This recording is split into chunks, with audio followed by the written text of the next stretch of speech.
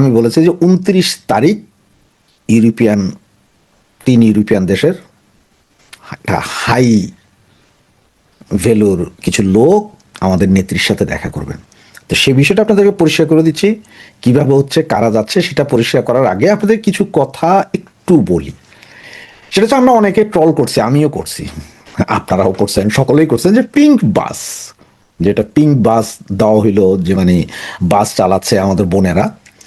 তো আমার বোনেরা বাস চালাবে, চাকরির তো প্রয়োজন, বাস চালাবে, ট্রাক চালাবে, ট্রেন চালাবে, মেট্রো চালাবে, সব চালাবে, কোনো সমস্যা নেই। আমাদের নেত্রী, জননেত্রী শেখ হাসিনাই আপনার এই যে মেট্রোতে প্রথম মহিলাদেরকে দিয়েছিলেন না, ওনারা মেট্রো চালাচ্ছেন। লক্ষ লক্ষ মা বোন ইয়েতে কাজ করছেন, কোথায়? গার্মেন্টস ফ্যাক্টরিতে।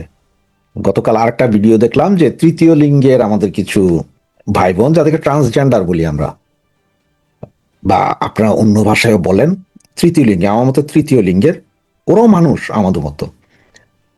তারা একটা কলেজ বা ইউনিভার্সিটিতে চাকরি পেয়েছে, তারা চাকরিতে এসছে।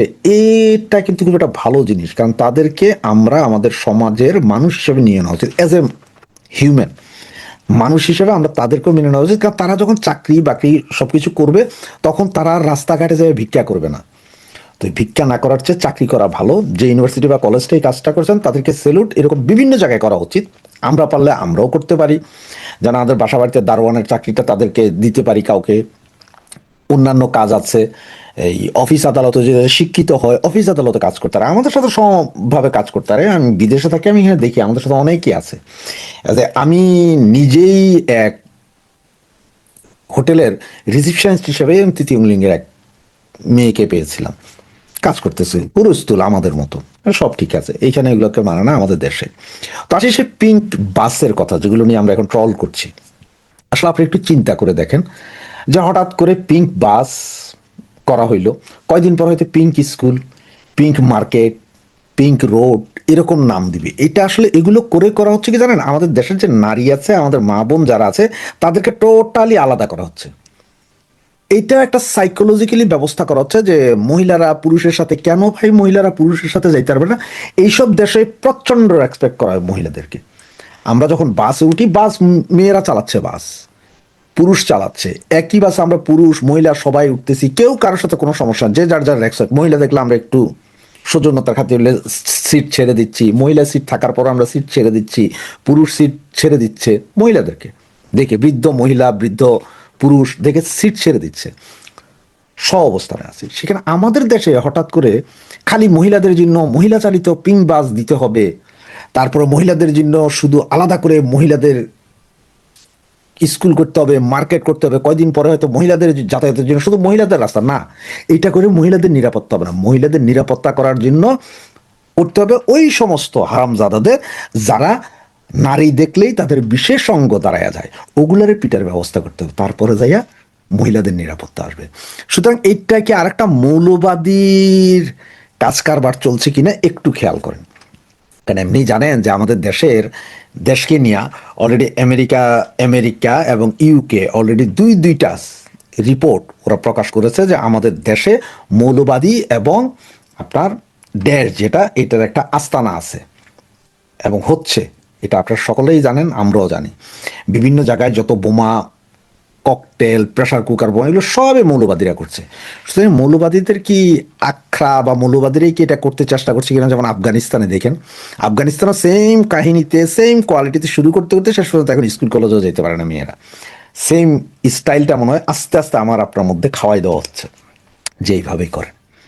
তো এই বিষয়টাতে আমরা আসলে সকলে একটু সজাগ হওয়া দরকার, বিবেকবান মানুষ সজাগ হওয়া দরকার, সবাই সজাগ হওয়া দরকার। আমাদের নারী বোনরা যারা আছেন, মা বোনরা যারা আছেন, তারাও সজাগ হওয়া দরকার, যে আমরা কেন আলাদা আলাদা কেন করা হবে ওনাদেরকে, ওনাদেরকে আলাদা করে কি করবে এটা।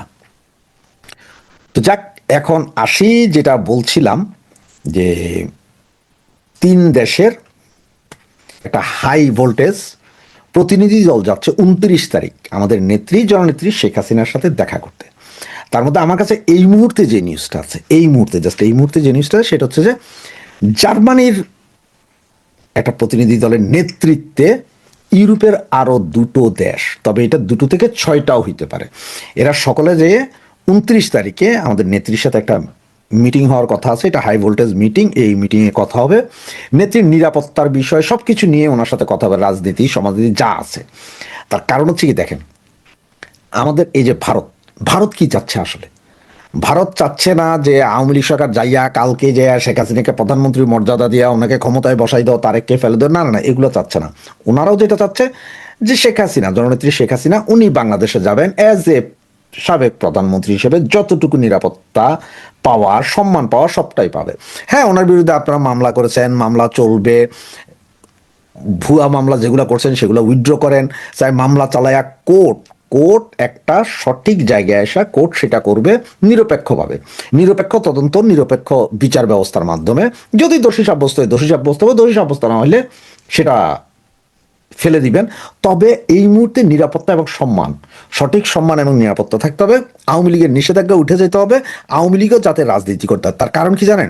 পুরো ইউরোপীয় ইউনিয়ন সব, পৃথিবীর সব দেশ অলরেডি পাগল হয়ে গেছে এরা, যে বাংলাদেশে মৌলবাদীর একটা আস্ফালন দেখা যাচ্ছে। জাতিসংঘের যে রিপোর্ট বাংলাদেশ সম্বন্ধে, সেটা তো আপনারা দেখেছেন। যদিও আমাদের সালাউদ্দিন সাহেব বলছেন যে এটা ওনাদের মস্তিষ্ক প্রসূত উর্বর মস্তিষ্কের চিন্তা ভাবনা। তার মানে হচ্ছে জাতিসংঘ এর আগে যখন বলছে ওই যে, যেমন আমরা বলি যে জাতিসংঘ এটা ভুয়া রিপোর্ট, যে 800 মারা গেছে, 1400 মারা গেছে, আমরা ভুয়া রিপোর্ট বলি, তার কারণ আছে কিছু। সেটা হচ্ছে যে জাতিসংঘ নিজেও বলছে যে কোনো কিছুই স্বাধীনভাবে যাচাই করা যায়নি, যার কারণে আমরা ভুয়া রিপোর্ট বলতেছি। যে জাতিসংঘের রিপোর্ট আপনারা সঠিক তদন্ত করেন, কতজন মারা গেছে, ফরেন্সিক রিপোর্ট, অমুক তমুক সব নিয়ে রিপোর্ট করেন, কোনো সমস্যা নেই। হ্যাঁ মারা গেছে, একদম যে একজনও মারা যায় নাই তা না, কিছু মারা গেছে, আমরা সেটা বলতেছি। কিন্তু কেন মারা গেছে, কিভাবে মারা গেছে, কোন সম্পত্তি ধ্বংস করতে যায়, জনগণের সম্পত্তি ধ্বংস করতে মারা গেছে কিনা, সেগুলো রিপোর্ট আনেন নাই। জাতিসংঘ আবার 70 থেকে 80 পাতায় যেটা লিখছেন যে তারা তদন্ত ঠিকভাবে করতে পারেন নাই, স্বাধীনভাবে যাচাই করা যায় নাই, সরকার যা বলেছে তাই দিয়েছে। কিন্তু সুতরাং তখন কিন্তু এদের কাছে মনে হয়েছে যে না, এইটাই অরিজিনাল রিপোর্ট, এই রিপোর্টের অনুযায়ী শেখ হাসিনার ফাঁসি, অমুকের ফাঁসি, আইসিটি মামলা সব করলেন। আর এখন যখন বলতেছে মৌলবাদীদের উত্থান, তখন কি বলতেছেন? তখন বলতেছেন এটা উর্বর মস্তিষ্কের চিন্তা, এটা ঠিক না।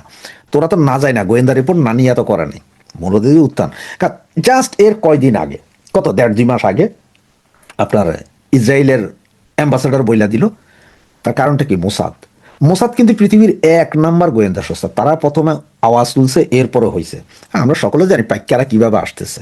এই যে কয়দিন আগে যেমন দেখেন এই 2জন মহিলারা ধরা হইলো, যে পাসপোর্ট বানাইতে গেছে, বাংলাদেশি পাসপোর্ট বানাইয়া তারা পাকিস্তান যাওয়ার জন্য বাংলাদেশি পাসপোর্ট বানাবে বলে বলছে। কিন্তু একটা জিনিস একটু খেয়াল করেন, ওরা বলতেছে রোহিঙ্গা, কিন্তু ওদের ভাষা, ওরা যখন কথা বলছে, একটা ভিডিওতে আমি সামান্য একটু ভাষা পাইছিলাম, ওই মেয়ে অরিজিনাল আসলে পাকিস্তানি, ওই মেয়ে তার কথাবার্তা উর্দুই বলতেছে। এমনও তো হইতে পারে যে বাংলাদেশি এই পাইক্কা মাইয়াগুলা বাংলাদেশি পাসপোর্ট বানাইয়া ভারতে ঢুকবে, ভারতে ঢুইকা আকাম করে এরপরে বাইরে যাবে। সেই দিকে চিন্তা করতেছেন না কেন? ওরা রোহিঙ্গা না হয়ে, ওরা তো ওদের, আপনাদের কে বলছে পাকিস্তান যাওয়ার জন্য? এমনও তো হইতে পারে যে ওরা পাকিস্তানি নারী, তারা যাচ্ছে কোথায়? ভারতে যায় আকাম করবে, আকাম করে ওখানে কিছু হইলে ধরা খেয়ে যাবে বাংলাদেশ। আর বাংলাদেশি পাসপোর্ট দিয়ে ভারতে যাওয়া এখন সোজা, ভিসাটা তুলে যাইতে পারবে, চিকিৎসা ভিসা, ওই ভিসা সেই ভিসা। তো সেই জিনিসগুলো চিন্তা হবে। এইটা নিয়ে সারা ইউরোপ আমেরিকা অলরেডি মাথা নষ্ট হয়ে রয়েছে ওদের। এর ভিতরে আমাদের কাছে কিছু গোয়েন্দা রিপোর্ট আছে, কিছু গোয়েন্দা রিপোর্ট আছে যে বাংলাদেশে আগামী 10 থেকে 15 দিনের ভিতর বিভিন্ন জায়গায় বিভীষিকাময় বোমাবাজি হবে। এটা রিপোর্ট আছে, এগুলা অলরেডি আমি সহ বেশ কয়েকজন আমরা ফেসবুকে দেওয়াও হয়েছে, সেগুলো আপনারা দেখতে পারেন। তো সব বিষয় নিয়ে দেখতেছে যে বাংলাদেশের এই মৌলবাদী উত্থান ঠেকাই তুলে আওয়ামী লীগের ব্যান করে দেওয়ার কারণে যে ভ্যাকুয়ামটা আছে, সুস্থ রাজনীতি হচ্ছে না, ইনক্লুসিভ রাজনীতি হচ্ছে না, যার কারণে সবাই মিলে চেষ্টা করছে আওয়ামী লীগ আবার আসবে বাংলাদেশে, বাংলাদেশে আওয়ামী লীগের রাজনীতি করবে, ভোট হবে, ইলেকশন হবে। ইলেকশনে যদি মানুষ যদি চিন্তা করে যে আওয়ামী লীগের দরকার নাই, আওয়ামী লীগের ভোট দিবে না, আওয়ামী লীগ দরকার মুসলিম লীগের মতো হয়ে যাবে। কিন্তু আপনি বাধা দিয়া, একটা পুরো একটা বিশাল শক্তিরে বাধা দিয়া তো আপনার ইলেকশন কইরা জিতছেন এইবার, কিন্তু আপনি এইভাবে বাধা দিয়ে কতদিন, কত বছর রাখবেন? সুতরাং এইসব বিষয় সব কিছু নিয়ে ইনক্লুসিভ রাজনীতি এবং দেশের স্থিতিশীলতার জন্যই এই ইউরোপিয়ান কমিশনের 3টা বা 6টা দেশ, জার্মানের নেতৃত্বে, আপনারা ফ্ল্যাগ দেখতে পারেন, 3টা ফ্ল্যাগ দেওয়া হয়েছে। তবে সেখানে এটা মনে হয় ব্রিটিশ ফ্ল্যাগ আছে, ব্রিটিশার না, বাকিরা ইউরোপ। ব্রিটেন ইউরোপে না, ইউরোপের বাহিরে ওইভাবে।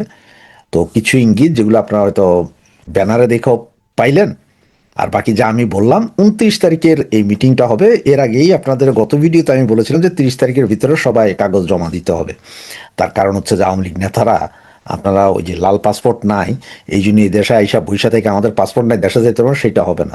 এবং এইটা প্রেশার ভারতীয় গভর্নমেন্টেরও আছে আওয়ামী লীগের নেতাদের উপরে, যে আপনারা এগুলো করে আমাদের জমা দিতে হবে, তা নাহলে হাত পা বাইন্দা পাড়ের উপর দিয়ে ফেলানির মতন ওই পারে ফেলাই দিব।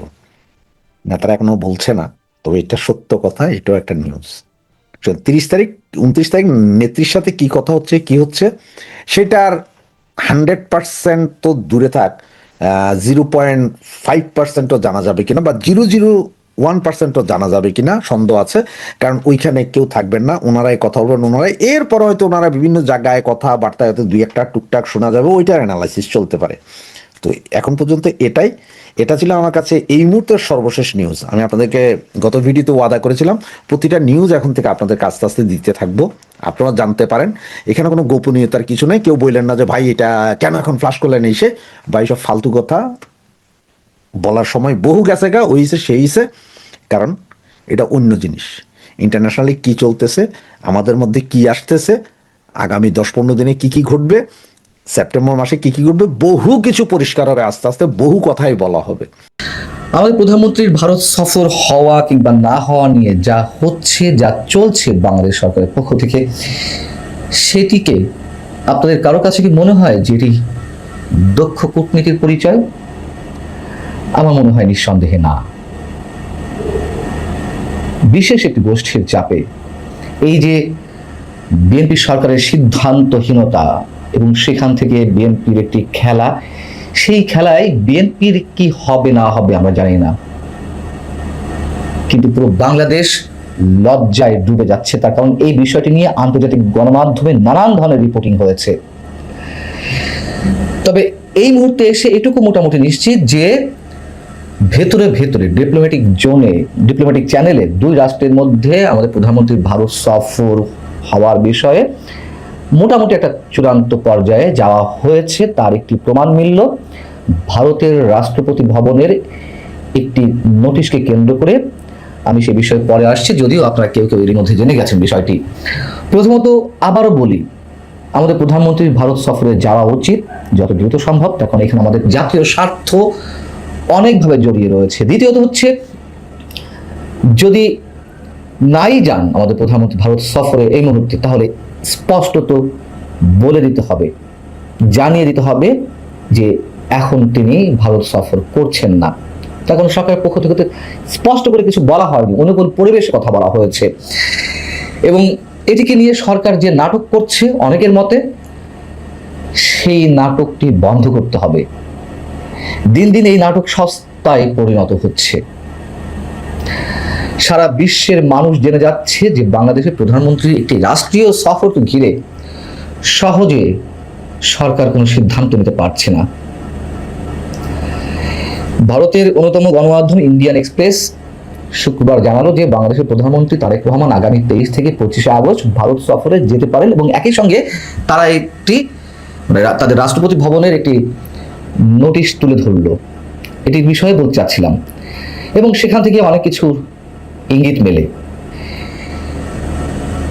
ভারতের রাষ্ট্রপতি ভবন থেকে যে একটি স্টেটমেন্ট দেওয়া হলো গণমাধ্যমে, সেখানে যেটি বলা হয়েছিল যে শনিবার অর্থাৎ আজকে দিনের কথা 22 আগস্ট রাষ্ট্রপতি ভবনের প্রাঙ্গণে নিয়মিত চেঞ্জ অফ গার্ড বা প্রহরী বদলের অনুষ্ঠান অনুষ্ঠিত হবে না, কারণ বাংলাদেশের প্রধানমন্ত্রীর আনুষ্ঠানিক অভ্যর্থনা অনুষ্ঠানে পূর্ণ মহড়া হবে। এবং এই বিবৃতিটি, এই নোটিশটি ভারতের রাষ্ট্রপতি ভবনের পক্ষ থেকে প্রত্যাহার করে নেওয়া হয়। বলা হয় যে এটি ভুলবশত প্রকাশ করা হয়েছে।